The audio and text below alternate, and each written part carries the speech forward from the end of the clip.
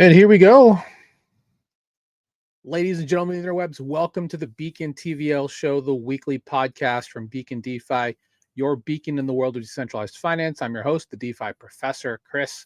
We've got a great show lined up for you today as we tackle the news of the week that's relevant to you, our dear users in the world of on-chain investing. To end the show, it's just me. We got some big things to talk about. Everyone's kind of traveling this week. We've got people at SmartCon in NYC for New York Blockchain Week. People on the way to Buenos Aires already for Dev Connect, and a lot of big events happening down that way. And we've got some great things to celebrate today. Let me bring up my screen, and I apologize for the late start. I want to say that some planet is in retrograde because my week has just been off. Would be the best way to describe it. It's been off. But let me widen this a bit. We'll make it bigger. We have a lot to talk about today. The title of the show is a bit ominous. It's about DeFi and pain. And is it still bottoms up in November? So yesterday was kind of crazy, right? We saw a lot of selling. But the question is, what are people selling? And it's interesting. Some of the DATCOs have been selling, but there's been a lot of DATCOs buying. So like if there's all of this talk of people buying, and even ETH has already reclaimed 3,400. What on earth caused Bitcoin to drop below 100,000? And I think the answer honestly lies in the truth of two things. A, manipulation, because that's just kind of how some of this works. While Giggle Fund sticking above 200 is crazy. But wow, Zcash up 20% as well. There is a lot of clamoring for privacy and things like zero knowledge stuff, like with ZK Sync up 42%. Congrats to them.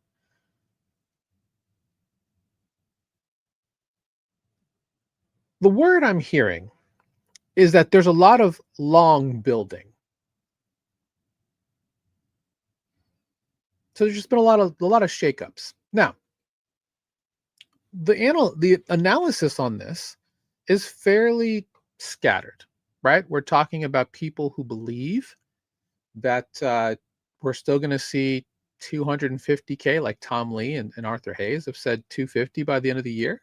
There's some people who don't think they'll ever get back to 125, and this is a cycle top. The tea leaves are a bit scattered, but one thing we've been talking about, and I'm gonna preach it to the heavens, and we've talked about this forever, is the idea that you need to have a balanced all-weather portfolio. And what does that mean? What that means, guys, is that you should be in a situation where you have allocated funds. You're not all in on any one protocol. You're not all in on any one asset. That's the key. That's going to be the one thing that's going to keep you sane in this process. Because, again, we are in an experimental phase. We always have been, right? We're early to all of this. Who knows what the final or even semi-final form of what the future of finance is going to look like. But we have been here 5 years now. This is my 7th year in DeFi. Think about it, my God. And we're in a situation where it's just going to iterate and get stronger and better each year. The beauty about DeFi is that we're looking at a scenario where code is law with smart contracts, right? Smart contracts in DeFi or for DeFi really outline exactly what is going to be, headlining, how people interact with their funds, self-custody, all these beautiful things that we like to talk about.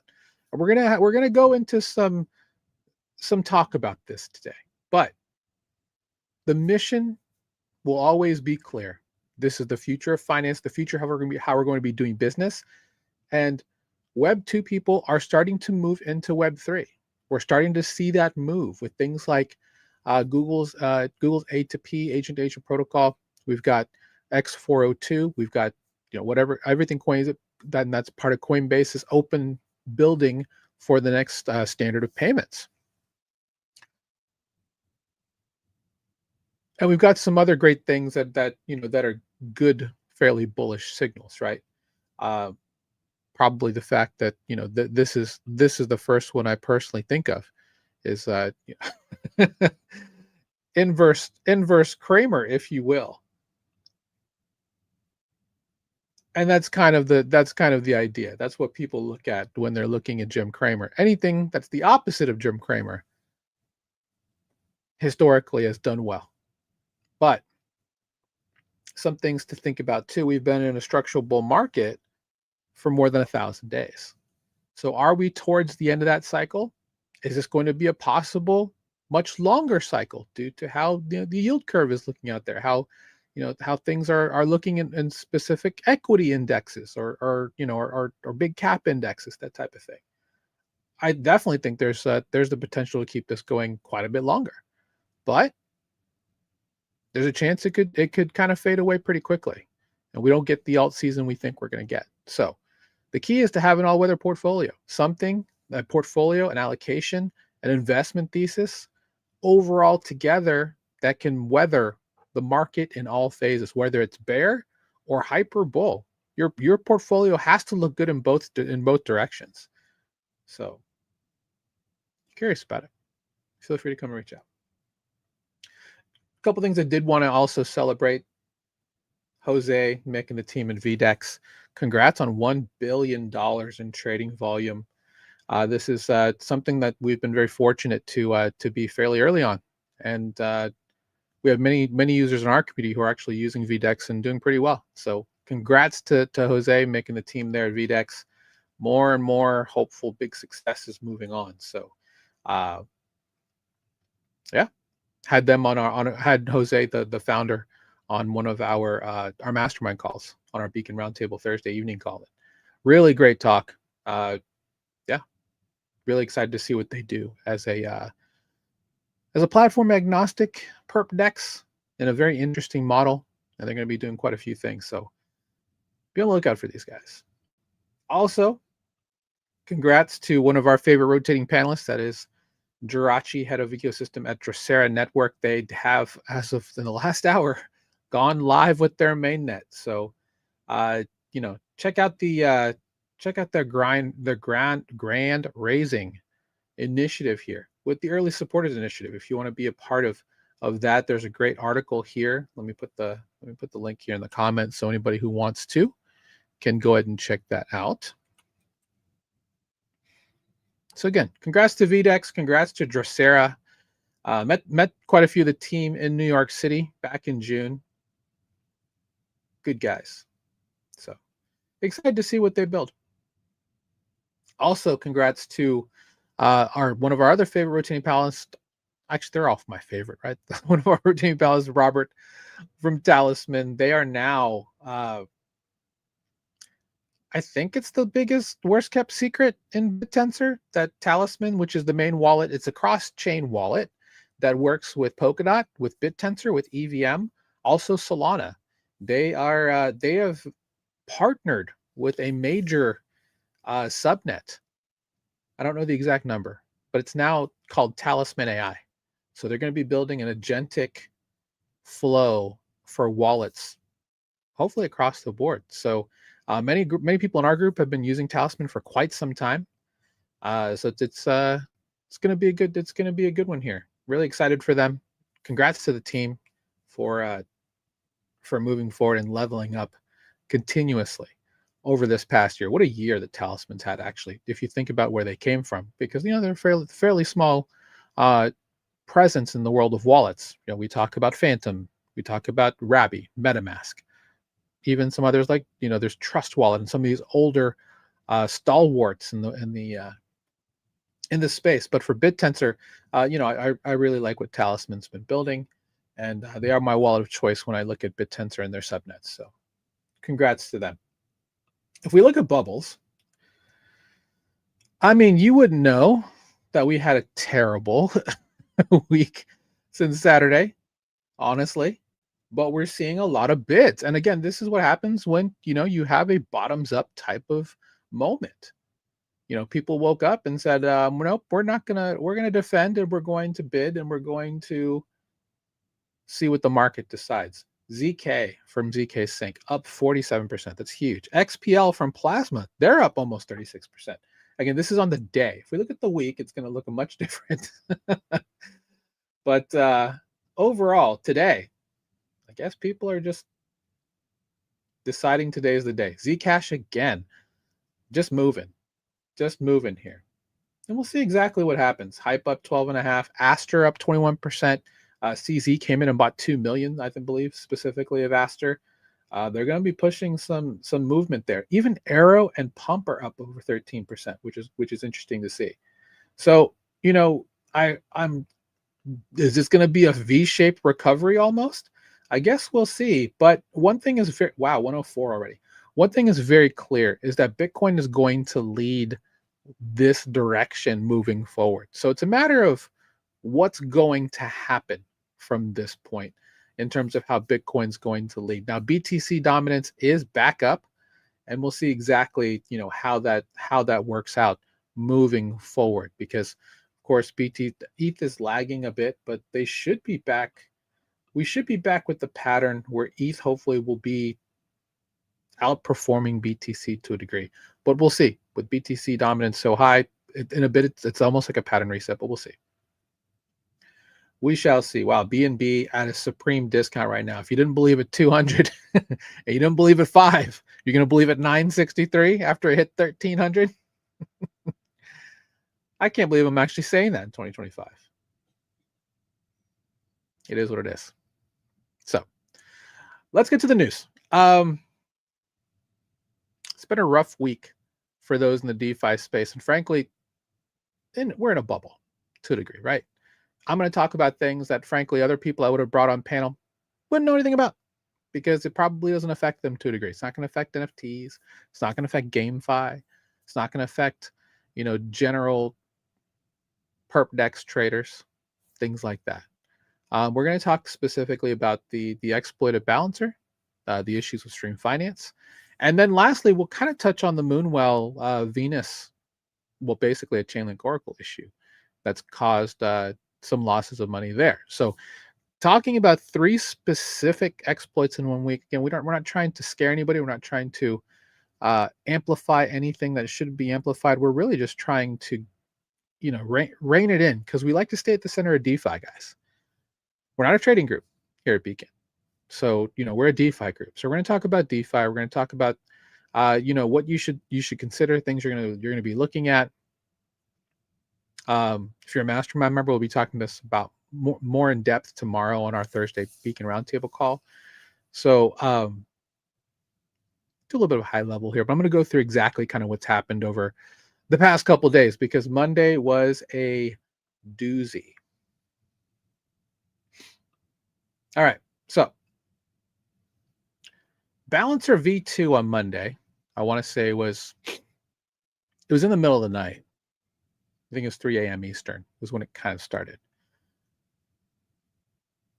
Multiple chains, 128 million in losses. Essentially, what it came down to was a precision rounding error. The root cause is basically based on swap calculations. Now, I'm not going to go too deep in the weeds on this, but there are several lengths of characters for different contract addresses or values between 6 and 18, depending on which one you have. So there's ways to that all of that is handled in the background. What I'll also say is this is V2 of Balancer's code. Smart contracts will stay open for long amounts of time, generally if there are a significant amount of funds in them. Clearly, there was. If there's 128 million that got lost in this specific issue. Barachain, L1 Barachain had Balancer V2 fairly tightly integrated into their infrastructure. We're going to talk about that in a bit. But for the majority of exposure for Balancer these days, for a lot of different groups, they're on Balancer V3. So in many cases, if you just scan the timeline, you're going to see that the majority of your favorite protocols were fairly unaffected by this, which is good, but there were many that were. And the basic blockchains that got hit specifically hard on this, ETH mainnet, Polygon, Arbitrum, Sonic, Berachain, Optimism, and perp dexes who had the various ETH and ETH derivative pools kind of trading on their indexes also suffered some issues here, specifically because of how much the price was differentiating here. But just to give you the high level idea of what happened here. And the person who did this, and I guess they've confirmed, is the same person who, it's a British national. He also did the Kyber swap exploit, I believe. Don't trust to verify. Please go check that out. And this is not the first time that this thing has been somewhat exploited. But basically, there's a small precision rounding error here between certain prices on certain, or I guess in this case, ETH prices. So they create an attack to just get and if you've ever seen Office Space, this is the, I always laugh because they're always like the Office Space thing, right? Just fractions of pennies. And then suddenly they're like, oh my God, it's six figures. This is for the most part exactly what that is. There's a small little rounding error that they're not accounting for here with manipulated prices due to that rounding error. And then literally repeating that over and over, like thousands of times to get enough till finally you've manipulated the price of that from that specific token to where it can now be exploited at larger scale. That is exactly pretty much what's happening here. I'm not saying the Office Space thing, but as you can see, you just see like a small amount here. And again, this is very in the weeds, but all you need to know is precision rounding error, math errors happen a lot more frequently than we'd like in this space. Now, the problem here. Do I have it here? I do have it here. We talk a lot about security in our group. In fact, security is the biggest thing that we push at Beacon. Paramount, critical, right? Best way to make money in DeFi is to not lose it. And today, this is a very good example of that, unfortunately. The V2 audit of Balancer V2 was audited at the minimum 10 times by, frankly, 4 of the best auditors in our space. Premium fees charged here, guys. Just so you know, the biggest issue for a lot of founders when they're trying to put out or builders rather, when they're trying to put out a product is that people expect you to do a security audit. And you should. The problem is it is expensive as all get out to get an audit in this space. 5-6 figures in some cases to get a good audit. People that aren't using ChatGPT on the back end, right? Although at some point, maybe it will. Maybe that's the way it's going. And I mean this with all the respect in the world. These guys are great. These are 4 of the best auditors we have in the space. How they didn't catch this is mind-boggling.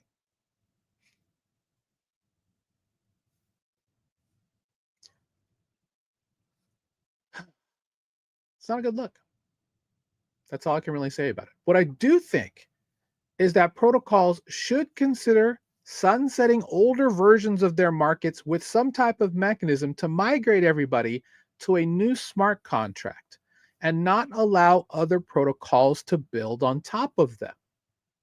That's one way to do it. Or if you're going to use ChatGPT anyway, use it to be in constant training and looking for things here, right? The one thing about DeFi that's important and smart contracts is great is that in this arena, code is law. So when exploits like this happen, the system gets hardened. It's going to self-heal. It's going to get better over time.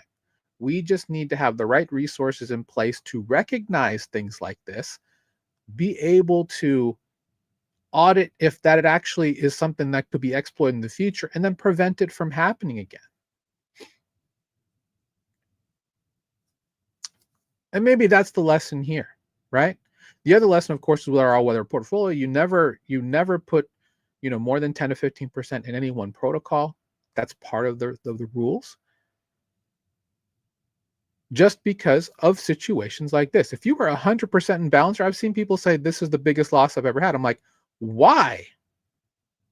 So it's just one of those interesting things that to me is unfortunate.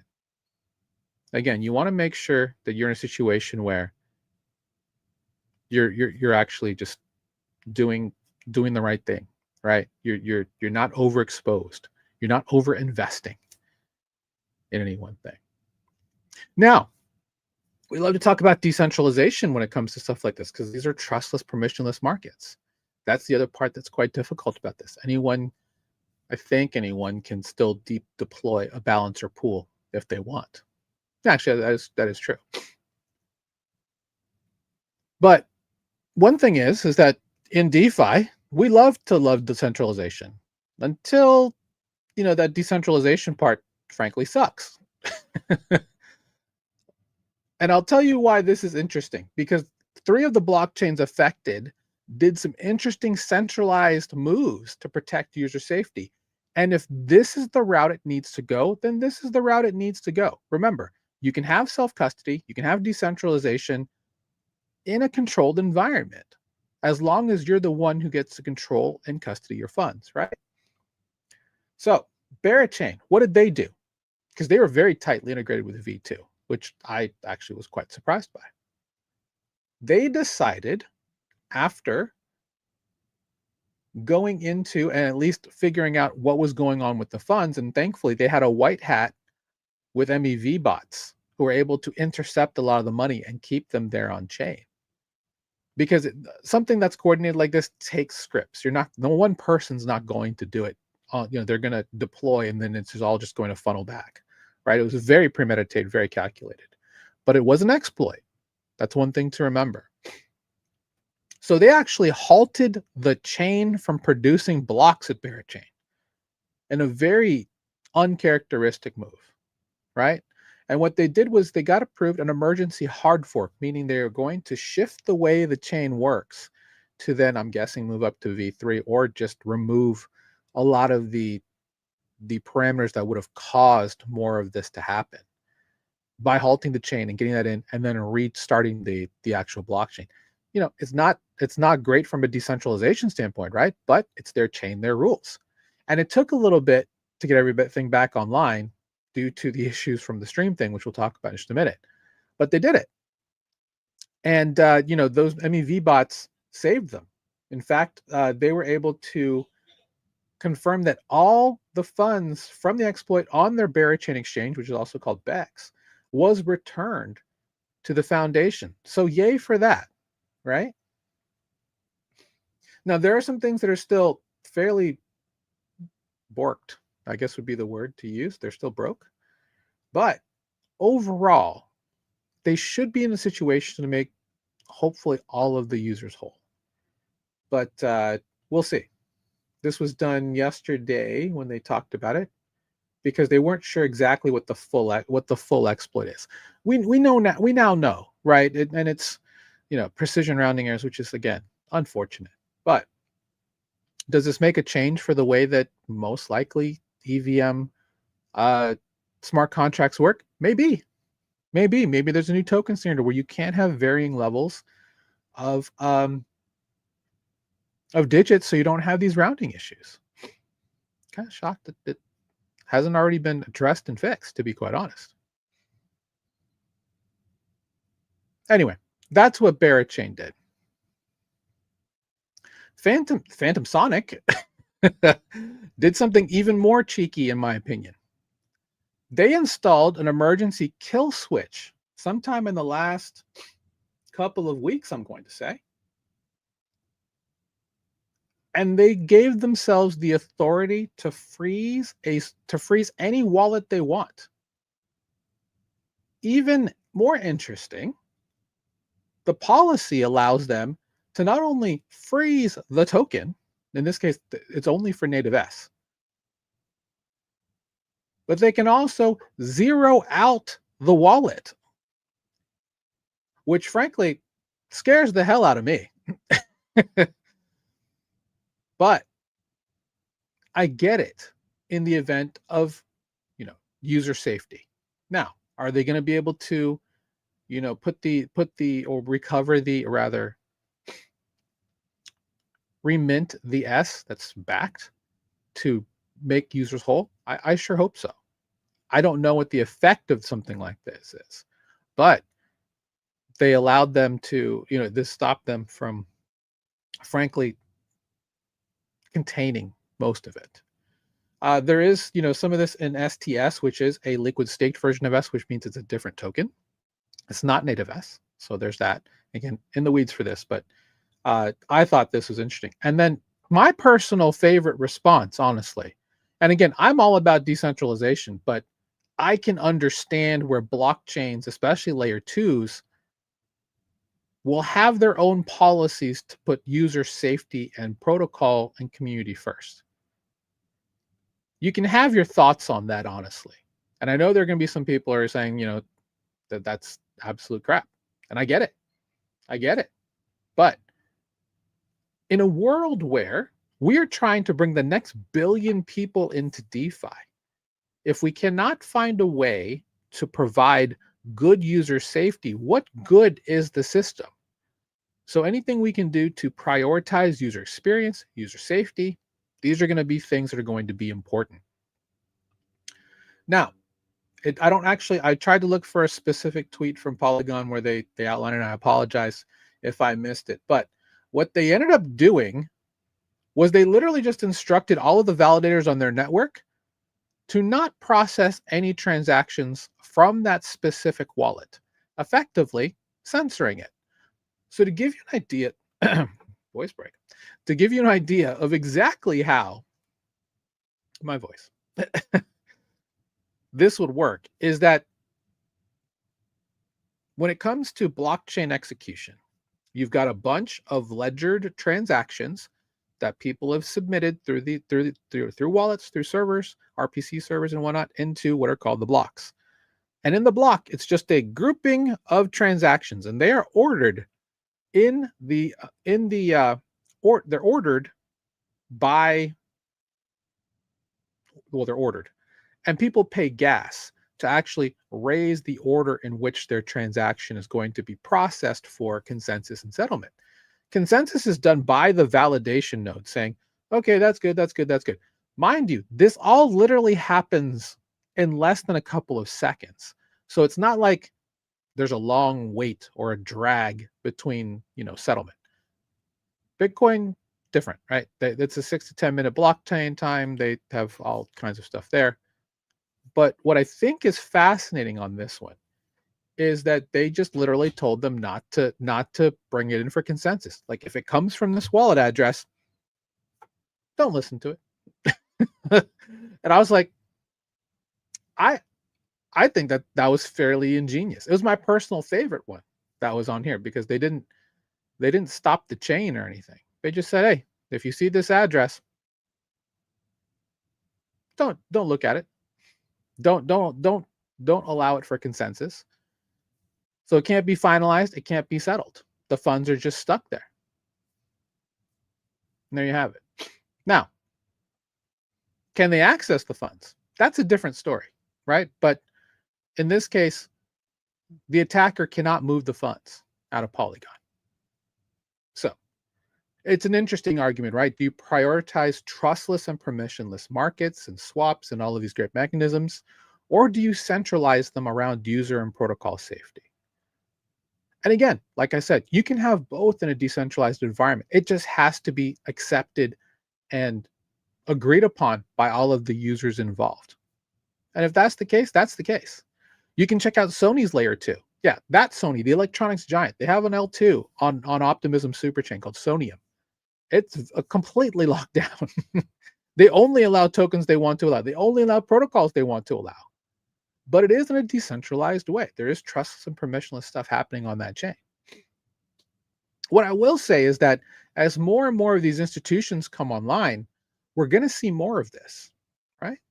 It's all a matter of, as someone who is self-custodying your own assets in this space, is that a deal breaker for you? And those are things you're going to ask yourself.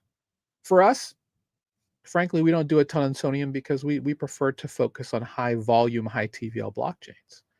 But for those who are playing on Sonium because you want to be early somewhere, you want to be part of a bigger on-chain experience, at some point in the future, these are things you're going to have to understand and accept if you're going to do business on those blockchains, right? I'm not going to say it's the same thing as you have to wear a shirt and shoes if you go in the grocery store, but the philosophy is not that far off, right? It's their floor, their business, their rules. And that's essentially, you have the freedom to shop inside and do whatever you like in the store. So you just can't do anything what they consider quote unquote illegal. Anyhow, we'll see how this plays out, how users are effective, and essentially how they can be made whole. Balancers doing their part. There are multiple groups that are providing their support. Big yield optimizers like Beefy, for example, one of our longtime friends in this space, they're offering their full support. They have paused V2 vaults, although the majority of their vaults, I believe, are V3 as well. But then we're going to talk a little bit about the stream finance mess, stream protocol. This one's tough because you'd think there'd be better vetting overall at the protocol level here. So for full transparency, just so you guys know, we did have OX Law, one of the founders of Stream Finance or Stream Protocol, V2. There was a V1, but him and the team were part of V2. We did have them on one of our first Tuesday Twitter spaces to talk specifically about Stream Protocol. The ultimate saving grace, I'll be honest, as to why we didn't push XUSD, XETH, and XBTC, which were the three assets you could mint, and then you just held them for yield because they used the funds in a strength in numbers play on various other blockchains and blockchains, but protocols, right? So if you'd rather just go and earn, I think it was like 18% or something like that on XUSD through various different strategies they had, you could do so on Stream Protocol. But at the time we had him on the show, the only way you could mint those was on ETH mainnet. And honestly, we don't recommend that to any new users in this space or even to most seasoned users, just because frankly, there's better opportunities that are cheaper on gas, like on Solana, or on any of the layer 2s or layer 3s or other Altel ones like AVAX that are out there. Nothing against ETH mainnet, but you know what you get on ETH mainnet. You get high gas fees to keep out people who don't want to pay high gas fees, which means there are a lot of large institutions, large whales on there, happy to grind out, that 5 to 6% to 10% there on a fairly decent premium for gas. To be frank, we only tell people to go there if you have 250, 300,000 in assets, because that, to me, that makes some sense. With that said, man, this one's nasty, because they had a debank very public showing you exactly what the strategies were that they were putting into, and overall, great. They're in this, and this great protocols that are out there. The problem was the deeper stuff that wasn't as transparent. Could you say this was more of a gray box type of scenario because you didn't know exactly the protocols that were happening, what was happening on the protocol level? To a degree. But they're now insolvent, by the way, because of this problem. They handed an external fund manager a large amount of funds, and due to what happened, they resulted in a $93 million loss. Because of that led to debt contagion, and roughly about 283 million that we know about right now are counting in issues. And this spreads to a lot of DeFi protocols because this opens up the hole for the vault curator method. And this hit multiple blockchains. Most EVMs, even Hyper EVM, Solana, I don't know if Solana's hit on this due to, the way that cross-chain stuff happens on Fluid. But, You have these curators, multiple of them are on multiple blockchains coming in, having exposure to XUSD. I'm not going to go into the depths of what this is because frankly, it's a really deep level, and it's just unfortunate. But there were quite a few protocols that had exposure to XUSD, which is like down 80% or something like that. Elixir, a big part of this, I think 65% of their backing is XUSD. So that's unfortunate because that's a huge market on several markets, ETH mainnet and Avalanche specifically, for multiple blockchain, multiple protocols. Euler, one of them. And what's interesting is exactly how they're going to sort all of this out to make people whole. I don't think they can, to a degree.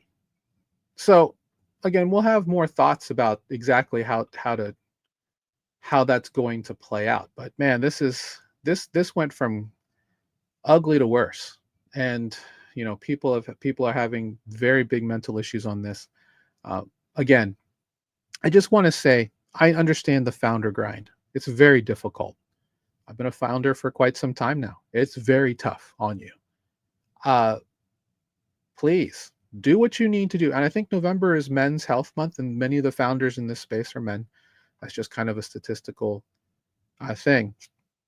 If you're having a hard time in this space mentally, please go. Find a support system. Seek help. Yes, this is very tragic. This is unfortunate what's happening here. But everyone, I know it sucks. You'll come back to build better. DeFi will continue, just so you know.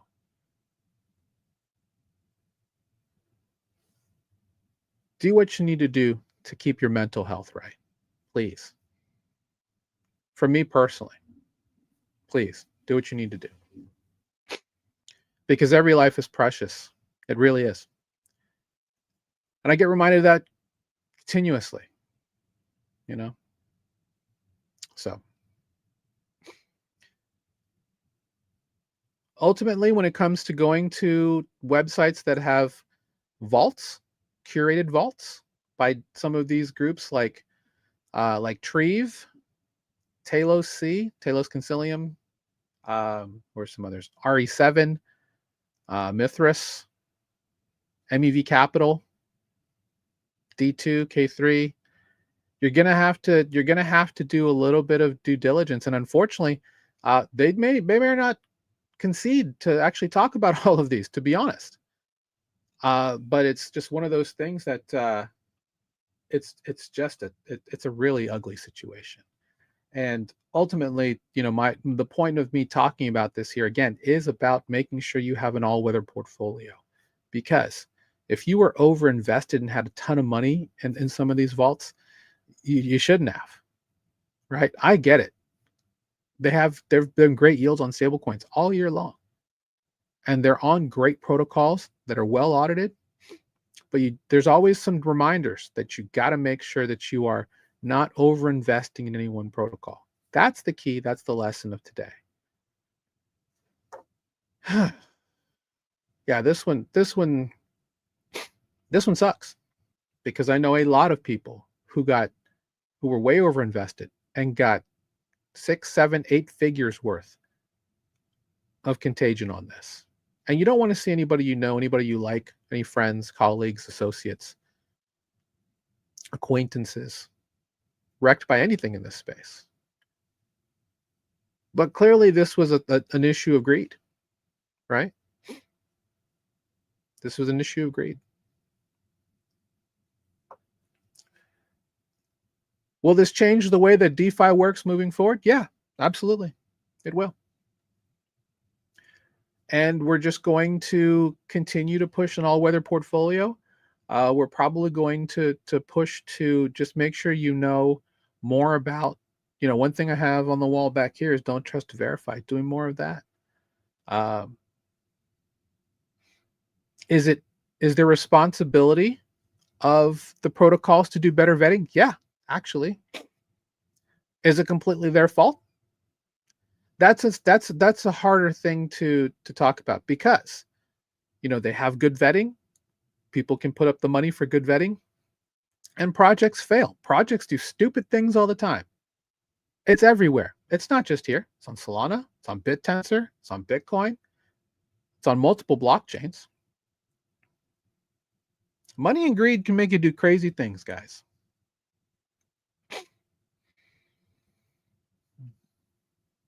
Yeah, this one sucks. This one sucks a lot. Didn't even spell. Oh, it is Perkins Coie. I thought it was Perkins Cole. Yeah. Unfortunately, now it's led to people doxing the founders, and it's tough. I hope that everybody can. I hope there's a good. I hope there's a good outcome to all of this that results in users not taking a huge haircut. As long as people can make some of that money back in some way, I would think that's a win. But yeah, you don't do stuff like that with users' funds. I mean that's the other thing. And DeFi will heal, DeFi will come back, and it will be stronger, and there'll be better mechanisms out there to prevent that. Now, with that said, and I tell people all this all the time, there's at least a dozen different mechanisms that are out there to earn yield in DeFi. At least a dozen. This was just one of them. This is one that it's going to be tough to recommend a lot of moving forward, but there are some really good uses of this, because the way the curated vault works is that most of these are what we call cross-chain or 4626 vaults. There are multiple cross-chain liquidity strategies happening because you're actually just giving your money to the curator. They're putting them in what are supposed to be trusted, well vetted funds, well vetted strategies, and they'll actually put it on there, tell you exactly what it looks like when you're on it. They'll tell you exactly where your money is being used, right?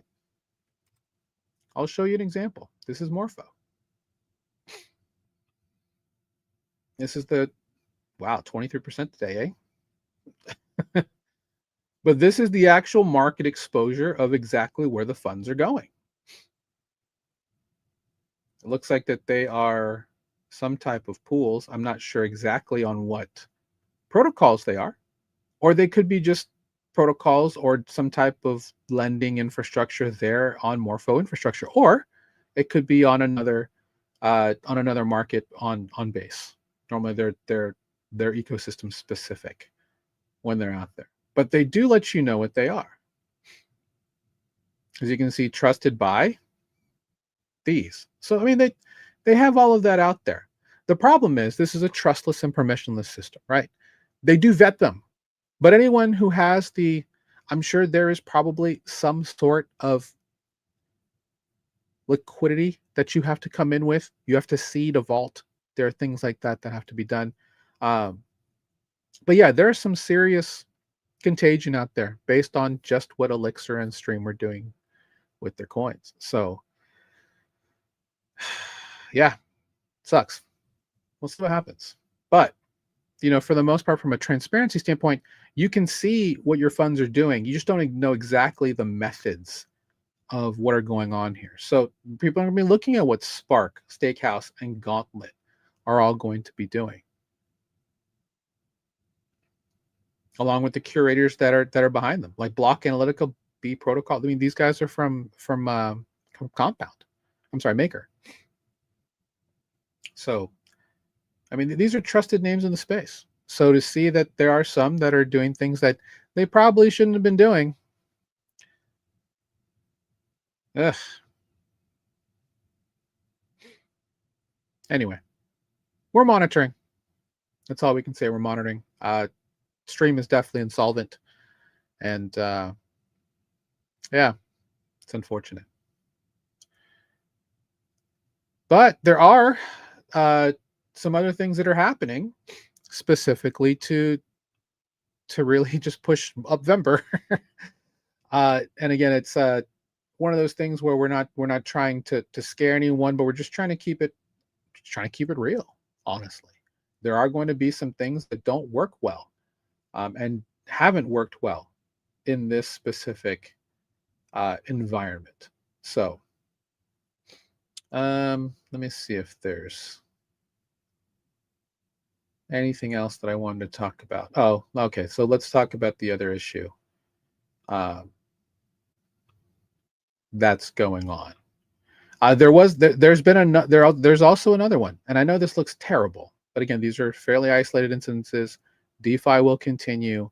There are other great protocols doing really good things out there. You're just going to have to be fairly choosy on the, and we're going to be fairly choosy on the way that we look at things moving forward. Not that we haven't already, but you know, some of these things just kind of pop up, and you're just like, man, all weather portfolio, man.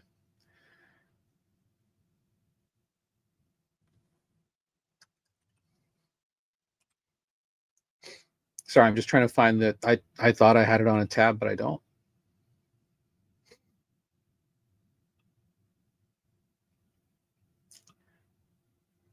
Okay. Well, the other thing is that Monad's going live on November 24th. That's the week of Thanksgiving. It's 19 days away, 18, I suppose, in this case. And this is probably, is it the most anticipated L1 launch of the year? Well, they certainly make you want to think it is. they've been talking about Monad for a long time now.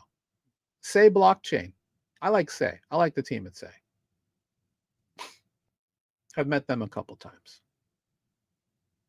They are the fastest blockchain, roughly, in terms of TPS that's out there.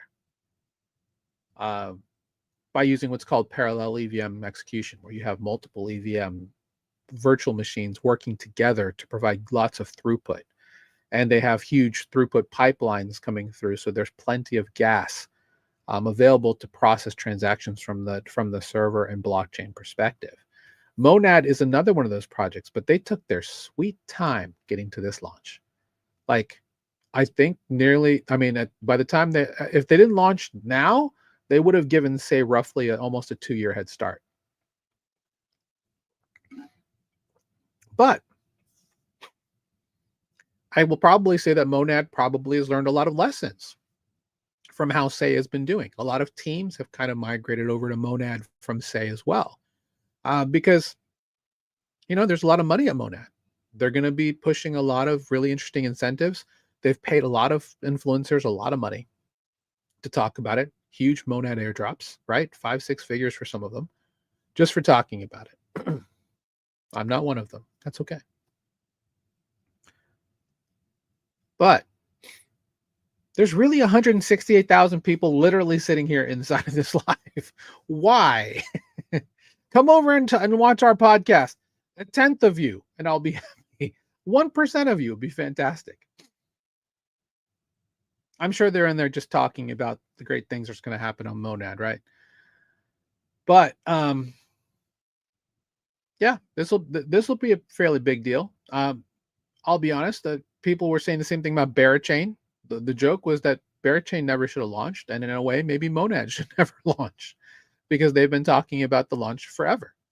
But we'll see what happens. We'll be watching. We'll be talking about Monad quite a bit once they do launch on the 24th, because there's quite a few projects that are there that we know personally that are going to be launching some things there. So, as we get closer to that date, we'll talk more with those teams. Hopefully not next week, but the week after. We'll definitely try and have a few of those teams on panel, and we'll try and get in front of that as much as possible, because Monad's going to have a pretty fireworksy kind of launch here in Q4 of 2025. Another big thing. So Polymarket and Polymarket cumulatively, along with Kalshi, in the month of October, had more volume on the prediction market scale together in October than the entire 4-year existence of Polymarket combined, which is kind of crazy. It shows how much the narrative of Polymarket is going to be, of Kalshi and some of these other markets like Melee markets, Myriad markets. There's a new one on. There's going to be there's Drift on Solana, but there's going to be some others being put out. I think I think Totally is putting out Percolator, I believe, as a prediction market, or it could be a Perpdex. I don't remember exactly, but uh, it's a narrative thing. People are going to be pushing out these prediction markets. Oh, Jupiter, of course. Kalshi has Jupiter. Kalshi is specifically powering Jupiter's prediction markets. So you got Polymarket on the EVM side, and you've got Kalshi on the Solana side. Soon on this show, I believe we'll be able to have some prediction markets as well through some new things that we're working out behind the scenes. So don't know if we'll actually have like a section where we're going to have prediction markets you can vote in real time. I don't know if people would actually want to do that. Maybe. We'll see. Could be fun. Could be an interesting change to the format where we have a section where we vote together on specific topics and kind of see, feel out how people think. I mean, when it comes to what happened with with Polymarket and the head of the NYSE, New York Stock Exchange, they bought $2 billion into Polymarket because they believe that this data is as close to you can get to facts, which I think is fascinating, because I don't know if they know that the majority of people on Polymarket are just farming for the airdrop by just pumping data into these markets, trying to farm as much volume as possible for a possible airdrop. At this point will be sometime in 2026. Because right now they're working on getting Polymarket back to where if you're in the US, you can actually use it without a VPN. So, how long has the government shutdown been going now? 44 days. Will be on November 14th. So we've that means that we passed that the all-time, because the all-time record was 35 days, and I think we passed that in what? I don't know.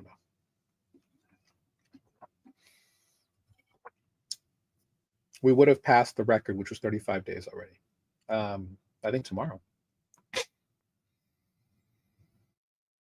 Yeah, because 9 days away. Yeah. My math is failing me live, but it is what it is.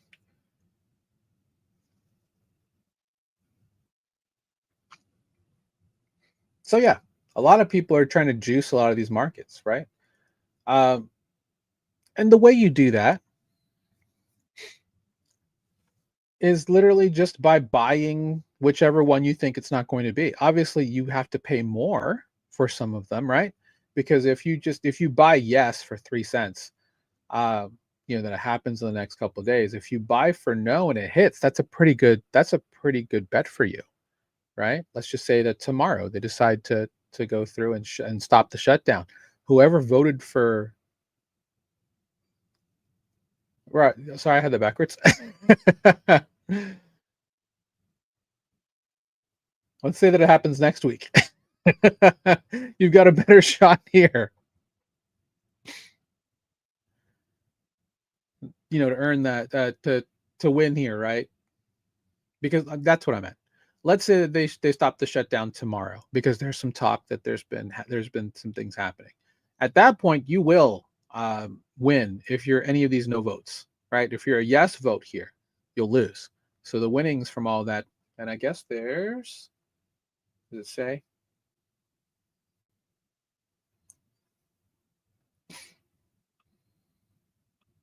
I'm sure I am. Wow, people are putting money into this. 345. I'm sure there's way more in here than I'm thinking. I'm just trying to see if there's that. Well, let's look at the market. Oh, where are you? There it is. I'm not even looking right there. 7.3 million in volume. Isn't it amazing how predicting has become like the thing?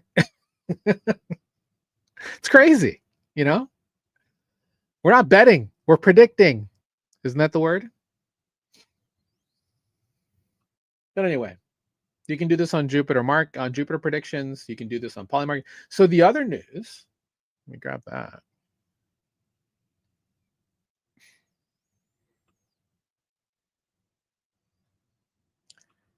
The other news Let me grab that because I have it on our digest for our yeah, for our mastermind members.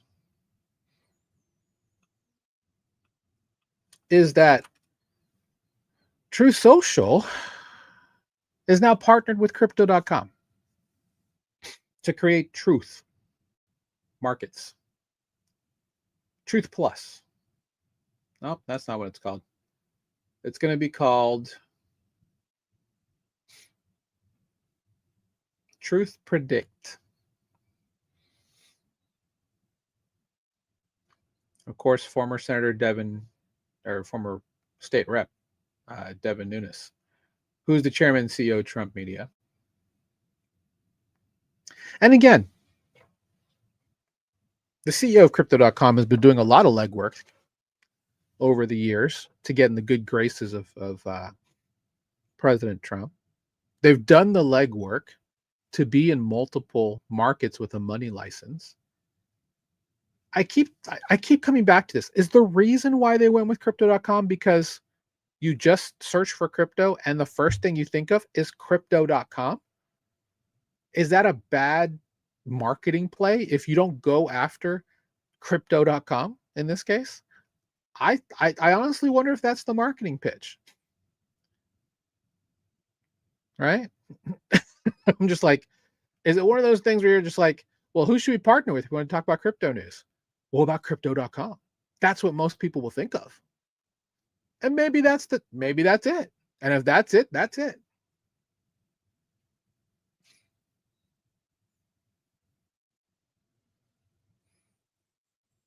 I don't even know if crypto.com is bigger than Kraken at this point.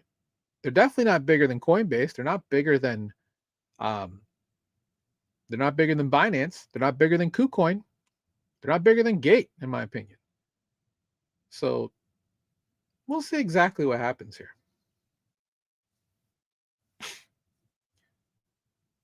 But there's a lot. If you guys weren't aware, the president has a lot of skin in this game. So a lot of people are wondering, is there going to be a bear market? No, because this man's not going to allow it to happen. Pretty sure of it. He just declared that he ended the Biden war on crypto yesterday, I believe, if I'm not mistaken. So this is a very interesting development because I don't know what this becomes. Are we having state-run prediction markets? Is that going to be the thing? Because they already have state-run Bitcoin with American Bitcoin, right? And again, I say state-run. It's a very loose definition of that, right? But what do you do when an industry's biggest KOL is the president of the United States? Tells me that the bear market's not coming anytime soon. He's not going to risk his bags for that. World Liberty Financial is way too profitable. He pardoned CZ. And there's talk that he might pardon SBF. If he pardons SBF, what is everyone? They're going to lose their mind if he pardons SBF. And depending on who you talk to or who you listen to, it could be a reality. Now, of course, he's going to come on screen and say, I know nothing about the person. He said the same thing about CZ. Basically, he said that it was a witch hunt just like the witch hunts on him. And it's about interpretation at that point, right? But we should have a pretty decent rest of 2025. Let's take a quick look at the market really quick. Yeah, I mean, we're building longs, right, guys? They're all building their longs. They need an entry to get in on. What better entry than to come in at Bitcoin at $99,000 after it hit its all-time high of 125? You liquidate trillions and trillions of people along the way to get there. Nasty work. Zcash up to 489. AVAX down under 17 bucks again. Monero up to 353. So there's a privacy meta coming as well, with ZK also knocking on the doorstep of possibly getting up to the upper echelons, back again close to $1.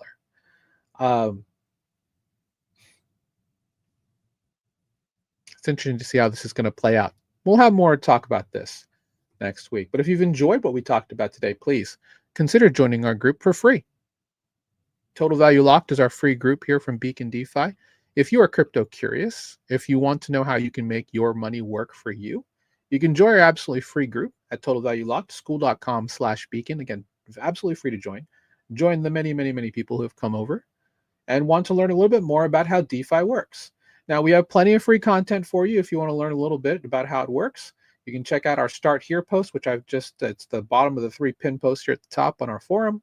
You'll learn about our different offerings that we have, and then you can give it a try and see if you like it. But if you want to have one-on-one mentorship, if you like a complimentary portfolio analysis, and if you want to be with the best community in all of DeFi, best of the best, come over to the Beacon Mastermind. Again, feel free to check us out, school.com/beacon. We've been doing this show since December of 2021. And the whole goal of this show is to make sure that we're educating people on the news of the week so that you have an idea of what's going on. Because there's a lot of people who report on this, they have no idea what it means. So that's what our goal is here, is we have panels, we have different groups who come on to talk about this, get takes. And hopefully, obviously none of this is financial advice, do your own research, but it can help you, give you a little bit of a guidepost on which way to go with your portfolio. Or to make the right decision on, should I keep holding that XRP that the Uber driver told me about, or Pi Network, or should I go with something that's actually going to perform for me in the open market, like Sol or USDC or some of these other great coins that we look at here in the DeFi space? The choice is yours. Anyway, that's all I really had for today. Again, didn't want to have too much doom and gloom with the whole, pardon me, swallowed wrong, with the exploits, but they are what they are. I don't think I mentioned the other one, so let me just talk about it for a really quick second. So the issue is, and this is the third one. And again, if this is not nice either. This is not nice at all. Now, it looks like there's some market oracle issues that have hit Moonwell. It also hit Venus. I'm trying to think what other specific lending AMM that it was. But it's been happening over and over again for the last 30 days, looks like. That sucks. And hopefully they can figure it out. Looks like there's a Chainlink market oracle issue.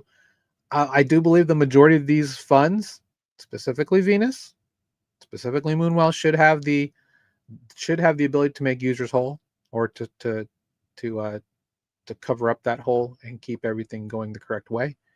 But yeah, not good either. But these things get exposed, they get fixed. The system self-healing, code is law. It gets harder and harder, which is what we want. And that's the beauty of DeFi. We, of course, never want to celebrate exploits. That's not what we want to do. We want to educate. We want to help people mitigate to prevent these things. So obviously, all-weather portfolio is the other part that's the big piece here. Having a good, allocated, balanced portfolio where you're not over-invested in any one protocol, so you don't have to fall prey to this stuff. That's the key. That's seriously just the key. That saved me. That saved a bunch of people I know from having really bad losses because we weren't over-invested in any one protocol. And from there, you should have hopefully some money that you have. If you're in stables, like most of us are are close to fairly more than half in stables right now because of all of the craziness and volatility, to keep farming out great yields and keep knocking them out. So, like I said, we do this every Wednesday, 1 p.m. Eastern. Be back with a great panel for next week. I already got them on the calendar. You should be a good show. And then we do a weekly community training that's called Beat the Banks. That's every Friday, 3 p.m. Eastern. Look forward to seeing you there here on our socials. YouTube, retake.tv, Twitter, Abstract is also where I'm also streaming there. And Twitter, of course. I think I said Twitter already. Regardless. Have a wonderful day, and we'll see you next week. for another Total Value Lock podcast. I'm your host, Professor Chris. We'll see you next time. Beacons up. Banks down. Take care, everybody. Stay safe.